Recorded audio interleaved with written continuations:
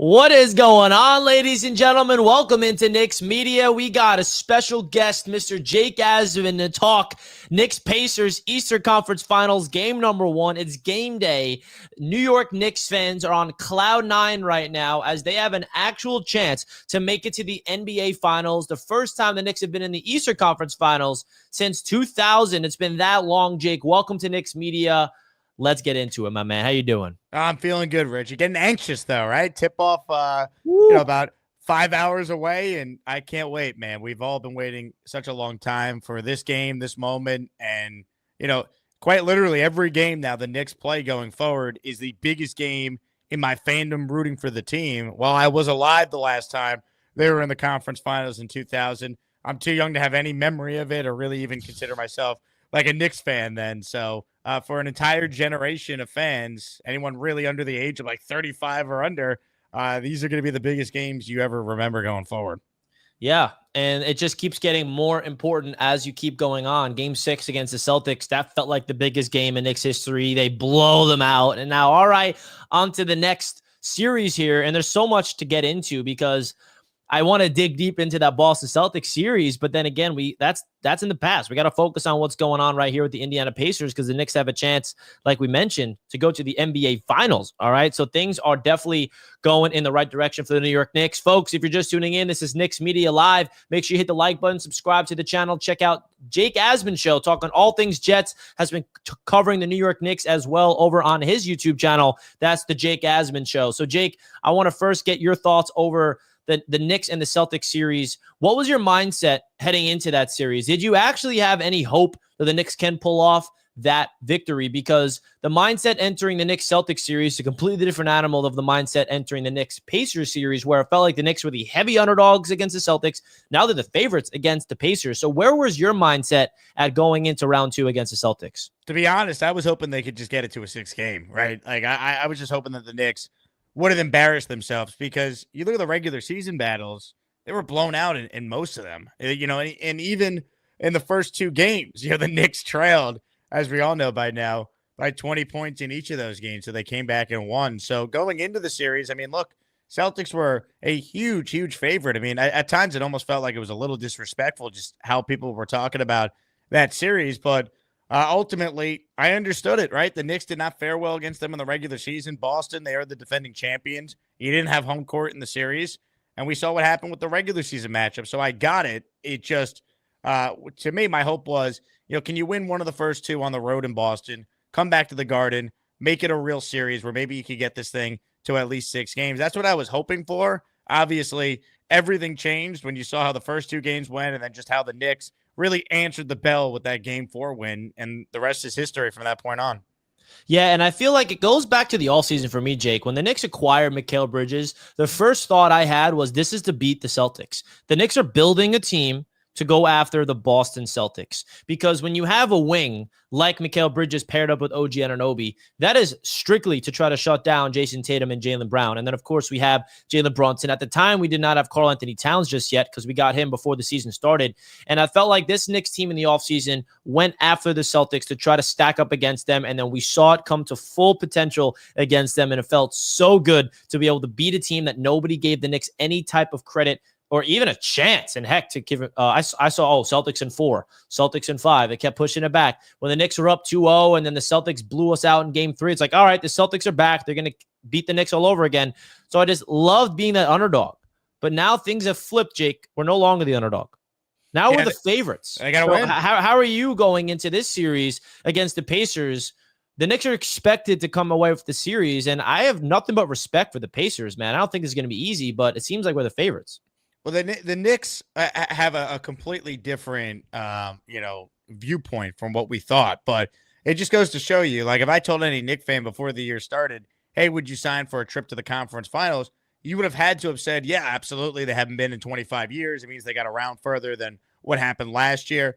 But it just shows you when you actually live in the moment, things could change. Because now if I tell any Knicks fan, hey, you're going to lose this series to the Pacers, how are you feeling? You're not going to be like, man, it was such a great year. We overachieved. Well, maybe down the line you'll feel that way. In the moment, this is our best chance at getting to an NBA Finals in the last 26, 27 years. This is our best chance at even winning an NBA championship that we've had since probably, forget 99, probably 94, when Jordan was out of the league and it felt wide open for the Knicks when they went to 7 against the Rockets. Because you look at the 4 teams left, the Knicks being one of them, and there's no dominant team that you feel like the Knicks would have no chance against. So it's now or never. The mentality's different, but while we're certainly living and dying like the fans that we are, I think the Knicks have had the right mentality throughout this entire run. They haven't celebrated like all the Knicks fans have after the second round win. I think they're even keeled, and I think it's also a great matchup for them, right? They want revenge for what happened last year. I mean, I'll go to my grave believing that if just OG stayed healthy in that series last year, the Knicks win it, let alone all the other injuries they sustained before that series even started. No Randall, of course, and then just everything else after that first OG injury in game 2. So, look, Indiana's a really good team, and they deserve to be here. But I think the Knicks are better. So the mentality has to be, you got to win the series. And I don't care if they do it in 4 games or 7, find a way to do it. And could you imagine what that celebration will be like if the New York Knicks are going to the NBA Finals? Yeah, people are saying like, oh my God, Knicks fans are over celebrating. Like, first of all, you have no idea why the city is celebrating the way that they're celebrating, because you did not go through the 25 years of misery like we had. And it's a starvation. And if the Knicks do go to the finals and win the finals, you can expect that celebration on 7th Avenue to be 10 times more insane. So what's your message to the people, Jake, that are clowning Knicks fans for celebrating a round 2 victory like the way that we are, saying that we're celebrating like a championship? Because in my opinion, this is something that I knew was coming. And happened, you saw it last year when we beat the 76ers in round 1. We were parading the streets. My perspective of it is it's a starvation. The Knicks fan base and the whole city of New York, whether it's the Yankees, the Mets, the Jets, the Giants, we are all so desperate for a title, and you can feel it. That's why you're seeing this Knicks fan base come together and celebrate even a round 2 win like a championship. So what's your message to the haters that's questioning if the Knicks are over celebrating right now? Yeah, I'm glad you said that. I just think people don't understand, right? Once again, it goes back to what we were saying at the top. If you're a Knicks fan under the age of 35, you quite literally have never seen this before. And what people fail to understand is that the Knicks, unlike other teams in New York, are truly the only team that could unify the entire city and the tri-state area. And what I mean by that is this. For every Yankee fan, you're going to find a ton of Met fans. For every Jet fan, you're going to find a bunch of Giant fans, right? There's 3 hockey teams in the tri-state area. The Knicks are the team for basketball. We're talking about a Brooklyn Nets fan base that maybe is 5% of this area, right? And a lot of them are in New Jersey, if they're still even truly locked in to the Brooklyn Nets, since they moved away from Jersey, of course. So the Knicks are that only team that can kind of bring everyone together. So you combine the passion of the Knicks fan, how long it has been, the fact that they beat Boston, right? There's always that rivalry between New York and Boston. And then you throw in the fact that the Knicks in some places were massive, historic underdogs, like minus 1,000 Boston Celtics projected to win. And that's the line that you would see like an 8 seed playing like a 1 seed, let alone, the Knicks who won 51 games in the regular season were the 3 seed in the playoffs. So I think people need to stop being, the celebration police out there. Let fans be fans and have fun. It's just jealousy from other teams.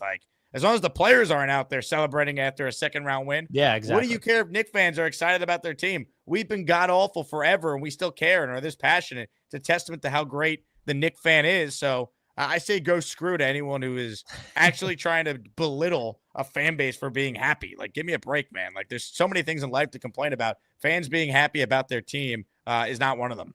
100%. Couldn't agree more. Hennessy Heisman, $2 super chat. They forgot so fast that we were plus 900 underdogs. Exactly. And I think that needs to be brought up when you talk about this fan base celebrating the way that we're celebrating.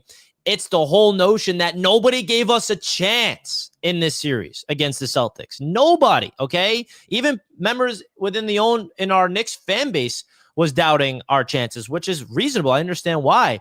So you mix that with the passion in the 25 years, excuse me, in the 25 years of incompetence. I'm not going to go through what I want to go through in my brain and remind people how bad it's been, Jake. But man, it feels like a unification of so many fans coming together. We don't know how to act, okay? And you're seeing all the people that are celebrating are the younger generation. And you brought up a great point. The players are not celebrating like the fans, right? And that is very important here. And Jalen Brunson leads by example.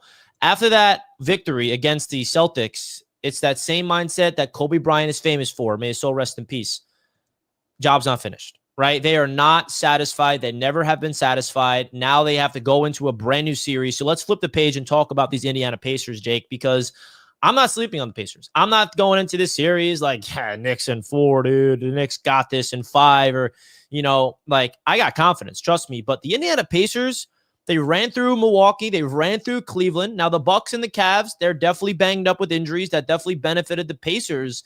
And the Knicks last year took them 7 games with all of our injuries. I got confidence to do it, but I'm not looking at this Pacers team and think it's going to be easy. Tyrese Halliburton's playing fantastic basketball, and they are at an all-time high of confidence themselves. I think they play so well together, and their strength is the depth. They can beat you with 10 guys deep. They run faster than anybody in the NBA, and the Knicks got to be able to make sure that the Pacers slow down and play at their pace. So what's your evaluation of the Indiana Pacers and your expectations from them and the matchups in this one?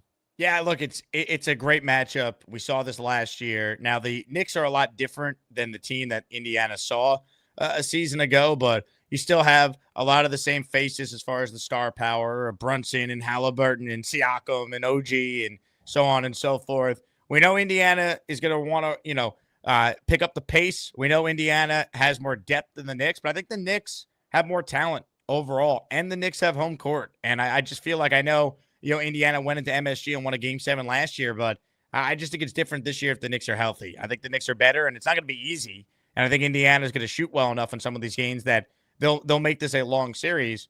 But I feel like it's a decent matchup, all things considered, for the Knicks, because I think having Bridges and having OG out there to help with Halliburton, I think is going to be huge. So I feel like the Pacers really go as Halliburton goes. If they could limit him, I think there's an avenue for the Knicks to play really well in this one. I think they got to hunt him. Like, Brunson's not a great defender. Neither is Halliburton. I think that's a major key. And we know Indiana's going to want to run, right? So I think rebounding becomes a major key for the Knicks. I think having good shot selection becomes a major key for the Knicks. If you don't want long rebounds that lead the transition for Indiana the other way, you got to shoot the ball well, and you got to take good shots. And obviously, this goes for every team. Don't turn it over, because that leads to transition as well. So I think the Knicks are better. I don't think it will be easy, though, but I do like the Knicks to win a series in around 6 games.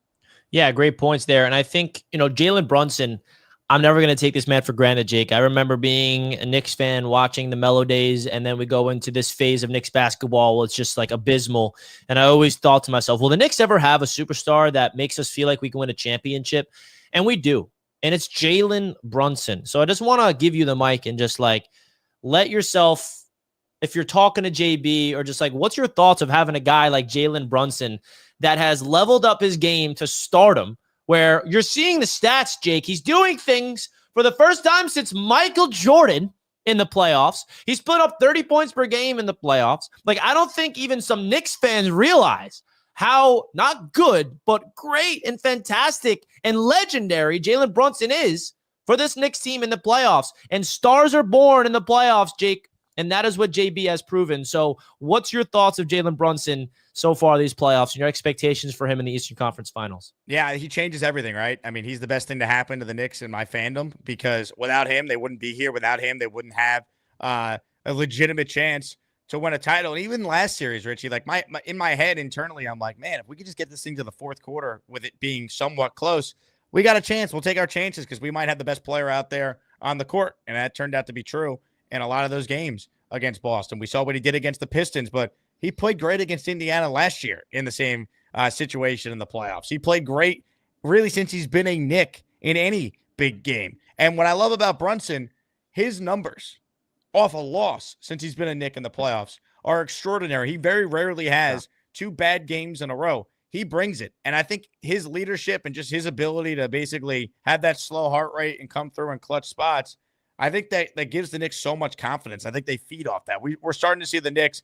become that fourth quarter team. It starts with Brunson, but then I think other guys are comfortable knowing that they have that guy. It's such a weapon to have that guy at the end of these games. And he's going to need to be huge in this series, but you have confidence he will be, because why wouldn't he be? That's the beauty of Brunson. The superstar the Knicks fan has been waiting for our entire lives. We thought it'd be this big flashy free agent signing like LeBron back in 2010 or Kevin Durant a few summers ago. And it's a guy who wasn't a first round pick, a guy who had to really earn just playing time off the bench in Dallas before he finally got his opportunity when Luka was hurt in the playoffs. And never forget the Knicks being clowned by many for signing him in the first place, and for him to get better and better and better. Well, now it's like, oh, he's a nice player, but no, he's not just a nice player. This is an all-star. No, he's not just an all-star. He's an all-NBA player. No, he's not just an all-NBA player. He's a top 10 player in the league. Like that's where we're at now with Brunson, where out of the 4 teams left, there are some people I respect saying he might be the best player left in the playoffs, which tells you all you need to know when SGA is probably going to win the MVP and Anthony Edwards exists on Minnesota as well. So it's a testament to him, man. And I think that Jalen Brunson objectively is the best player in the playoffs, playing in the playoffs in terms of like playoff performance. Regular season, SGA was better. Regular season, you can argue Anthony Edwards was better, but in the playoffs so far, it's Jalen Brunson. And I want to add something onto JB that I want to make sure Knicks fans don't forget, because, and this is just to get you more excited about the Knicks for the future. And I know we're in the middle of an Eastern Conference Finals. We want to focus on this season, but I don't think people realize how much of an impact Jalen Brunson has on this franchise with the pay cut that he took last summer. Yeah. Without that pay cut, amazing. Mikal Bridges is not on this team. Yep. Karl-Anthony Towns is not on this team, and there's no financial future. You know that the Boston Celtics are screwed with the second apron kicking in with the new CBA. That new CBA is only going to benefit the Knicks. We are a step ahead of everybody. So watch all these teams get capped out while the New York Knicks are going to be, like, I'm getting ahead of myself here, Jake, but I really think the next 2 to 3 years we are entering, I don't want to use the word dynasty because that's way, like, it's crazy. We got to win championships to be a dynasty, but we're entering a status of this Knicks core, the starting 5 is going to be together for the next few years. And that is where everything starts to click. That's when you see teams get to their full potential as continuity, figuring each other out. That pay cut that he took, because he would be eligible for the Supermax contract right now with the way that he played this year in the summer. And Mikal Bridges is eligible for a contract extension. So JB taking that contract last summer gave him the flexibility to trade for Bridges, trade for Cat, extend OG Anunoby. That just goes to show you that he truly is the captain of this team. 100%. Yeah, it's a huge thing, right? He took the largest pay cut in professional sports history, if you think about it. And that allowed them to get the Bridges deal done. And then, of course, the Cat trade after that. And it took some time for this team to gel, but you're right about this. This was not necessarily supposed to be the year this team would win a championship. Yeah, it's right? not. Like they're built for the long haul. These guys are under contract and they're young and they're still going to continue to gel. I mean, it took Boston a little while with their core to finally get the right pieces around Tatum and Brown to eventually break through. But I don't want to look ahead either. But if you do look at the Eastern Conference next year, we know Boston's not going to be the same without Tatum. So cross them out for at least a year. You look at the Bucks and Giannis. I mean, is he going to be in the conference next year if they trade him? They're not going to trade him to another Eastern Conference team. So they're going to be on the way down. The Cavs might have some major changes after they were, for the 3rd year in a row, a true paper tiger, especially this year with what happened. Indiana's good, but I mean, we'll see how the Knicks do against them. I think the Knicks are going to win this series.